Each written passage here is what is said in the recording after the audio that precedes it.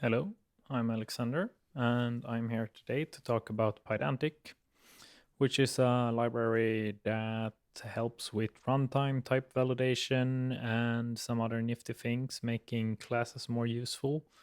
And I'm here today to present a talk that I had on the Python Pizza conference.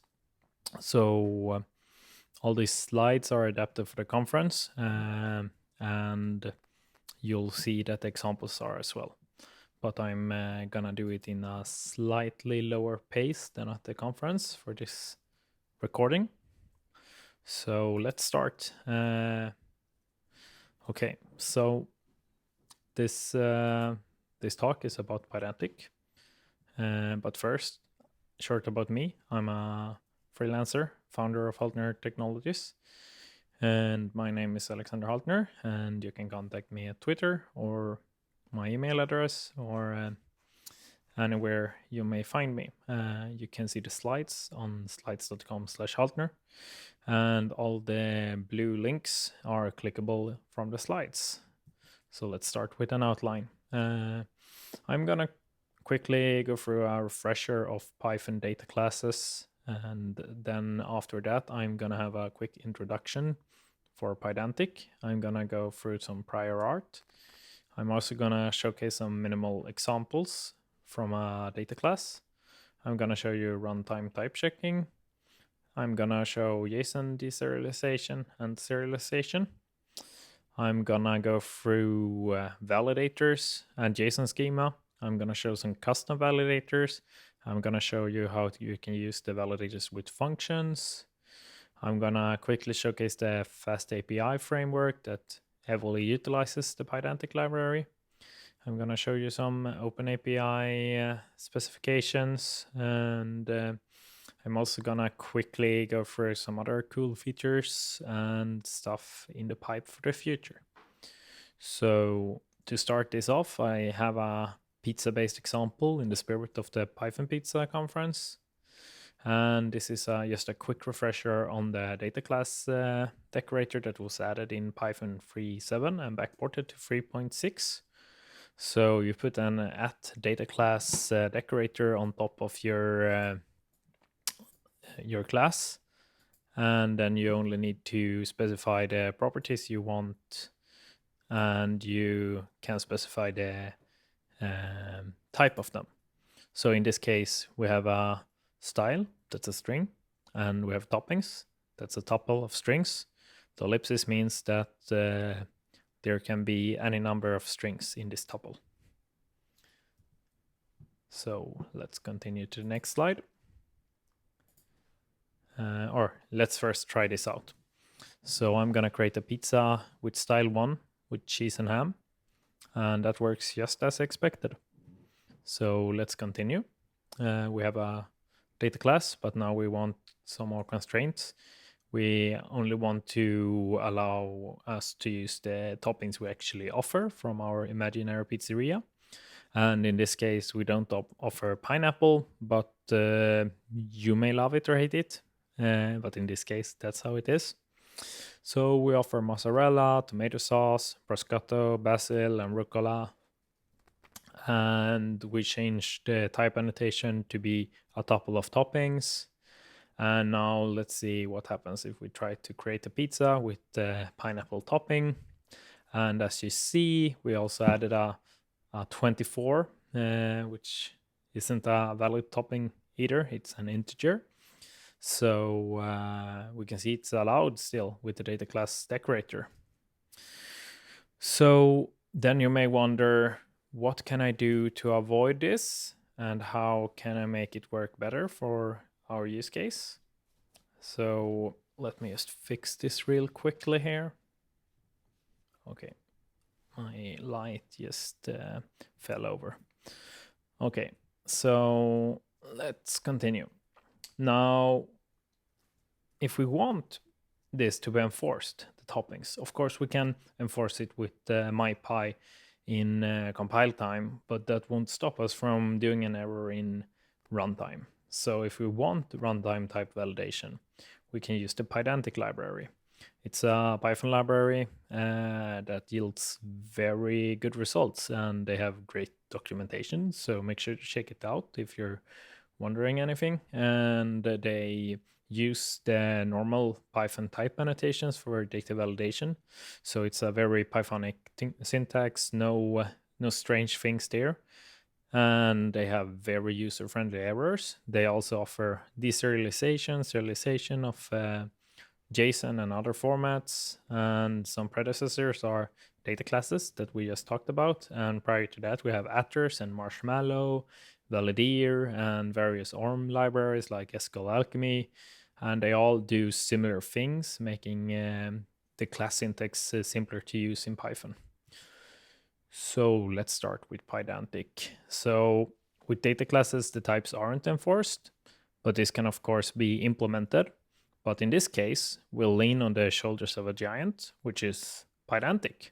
As you can see, the only thing we changed in this example is that we import the data class from pydantic instead, and not from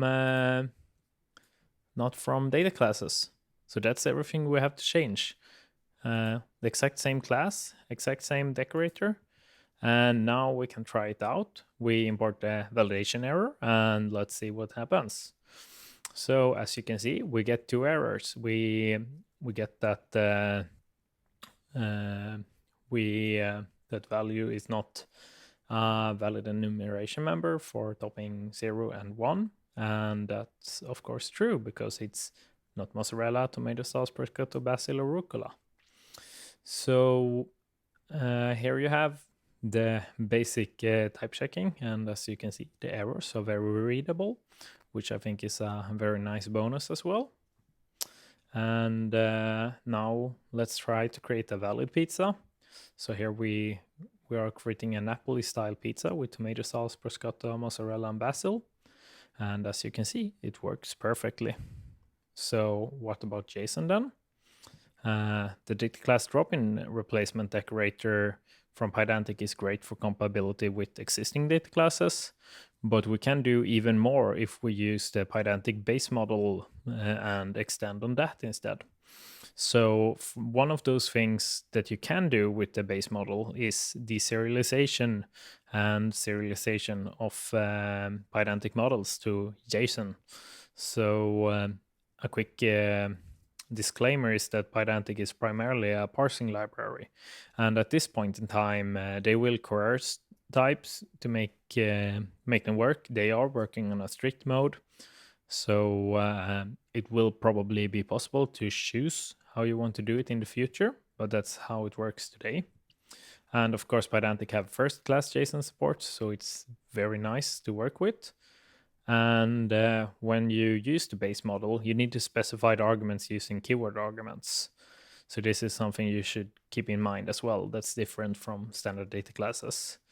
And here you can see we create a Napoli style pizza and we add all the toppings we used before.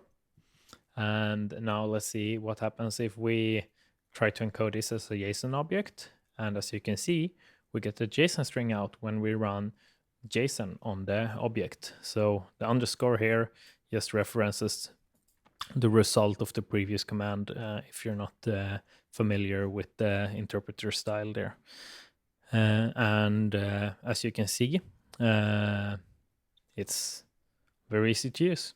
And there's also built-in support for dictionaries and pickle, and there's also an immutable copy function, and you can create your own formats as well. And it will also deserialize subclasses, so this is very useful. Now let's see if we can reconstruct our object from the JSON output.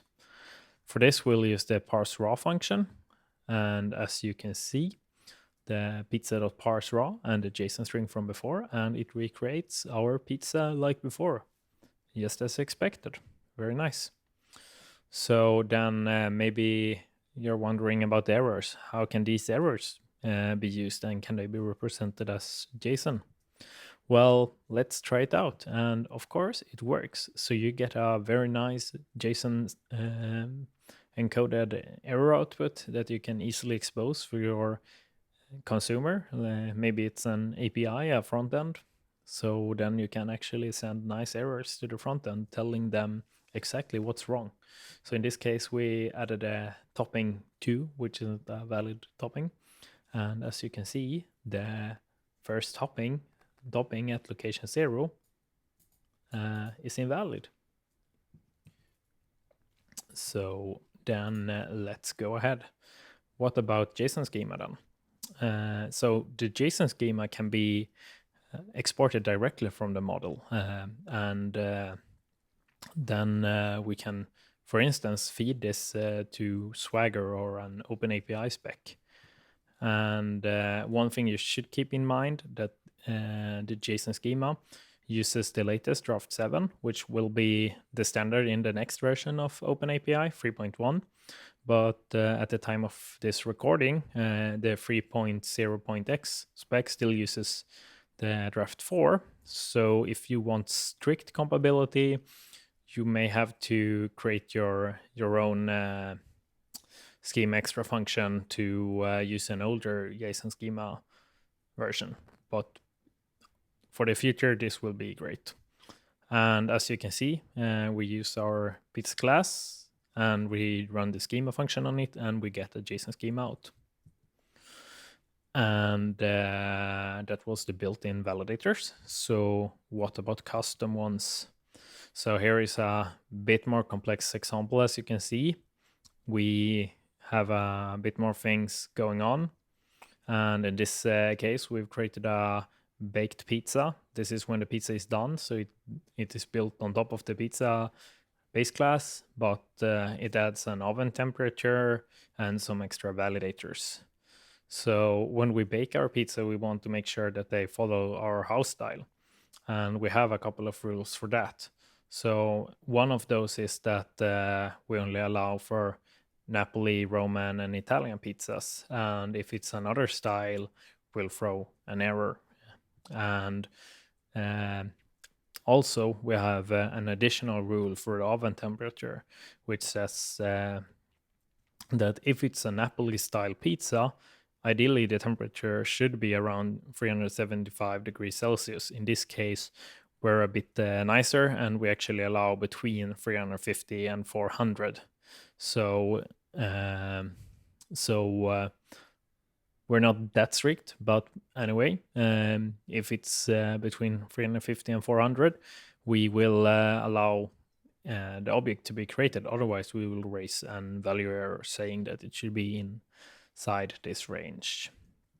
And as you can see, this is a root validator, which means that it tests the entire model, while the other validator is specific for the style. So you just use the validator, and then you use the property name as an argument to say which property it should look at, or the root validator if it's the entire model. So let's continue.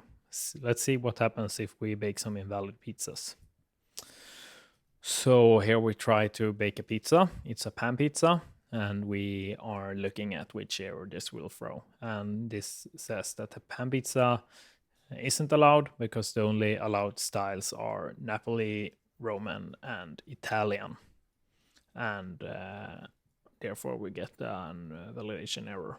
So let's continue, and let's try to create a Napoli pizza. We raise the oven temperature a bit to 300, but it's still too low, and therefore we get an error saying Napoli pizzas require an oven temperature in the range of 350 to 400 degrees, and given was 300 degrees. So these are very useful, these runtime type checkers, and maybe you want to use them on functions. And this is something quite new. This was just released last week at the time of this recording, and it's still in beta, so it may change, but they have a validate arguments decorator for functions now. And here we will show an example where we use it, but it works exactly like your normal pydantic classes. So we have a make order function, and we make sure that the make order function get some pizza as input, and if it's wrong, we will print an validation error. So in this case, we added pineapple to our Napoli style pizza, and as you can see, it says that the topping at location 3 is sent in the allowed range of toppings, which is exactly what we want to see in this case. So this is very nice, and it supports all the types that Pydantic supports out of the box. So let's continue. FastAPI then. So FastAPI is a micro framework very similar to Flask, and it automates the process of creating OpenAPI specs. It's also very tightly integrated with Pydantic, and it's a async ASGI framework built on top of Starlet. So to create an FastAPI API using our pizza models, this is everything we need. So we use the existing pizza and baked pizza model, and we can make an order of a pizza, and we can dispatch an order of a baked pizza. And as you can see, it's not very much that's needed. And the very nice thing is that this will automatically generate OpenAPI specs. And you can even automatically generate test cases using a library called Schema Thesis. I will talk more about this in another video later. But basically, it can use your schema to create automatic test cases and make sure that you conform to your schema specification. So this was just the beginning, and there is a lot more. So you have the tip of the iceberg, and if you want to know more, you can ask me here in the comments or in chat or via Twitter or LinkedIn or via email, and I'll try to answer it. And just to give you a hint of what more there is, here is some cool features I think are worth mentioning. Pydantic has reached the 1.0 milestone about a year ago, so it's production ready. And it supports the standard library types. So it's all the types from the Python standard library are useful out of the box, but they also offer a handful of very nice extra types out of the box. I will not go through all of them, but I'll just show you a couple of them. One of them is email. So you can validate emails. You can have an HTTP URL, and they have strict URL for more custom validation if you have more. They have DSNs like a Postgres connection, and they have IPv any address. The IPv4 and 6 is also supported from the standard IP address library. You can have a positive integer, you can have a payment card number, we'll also check the Lua checksum. They have some constraint types and much more. Then they have support for custom data types. And one thing I think is really nice is settings management. So you can have typed configuration management, and those classes will automatically load variables from your environment. And if you have .env, there is built-in support for .env functions. There is an ORM mode if you're working with ORMs. They have support for recursive models. There is a MyPy plugin, very good MyPy support out of the box, so you can use them together from day one, but there's a plugin if you want to do even more. There are support for the newer postponed annotations in self-referencing models, and PEP 563 style annotations. Python DevTools integration. If you haven't heard about Python DevTools, you should check it out, but it's a nice library for getting some better debugging. And there's a PyCharm plugin. It's very fast compared to many alternatives. There are some benchmarks out. And of course, if you have a very performance sensitive application, you should always do your own benchmarks. So concluding this talk, you have a pure Python syntax. you have better validation, and it's very useful for your existing APIs. It's very easy to migrate from existing data classes. You have a data class generator that works as a drop-in replacement, and then you have the base model that works very similarly to the data classes but have some differences, and you have lots of other useful features. There are more things coming. They are very active in development. They're working on the strict mode, for instance. You should try it out, just play around with it, see if it works for you. If you have any more questions, you can contact me through any of these channels. You can see the GitHub repository here where I have more information about Pydantic. You can go to my website if you want to hire me for training, workshops, or freelance consulting. I'm available. I'm also putting together a course for Hypothesis for property-based testing. So if you're interested in that, you should sign up. I will put the link in the description. It's in the slides as well. And I will notify you when the course is done if you sign up. So thank you very much for today. It was very nice to talk about Pydantic with you, and I hope you will enjoy this content and that you will try it out more on your own.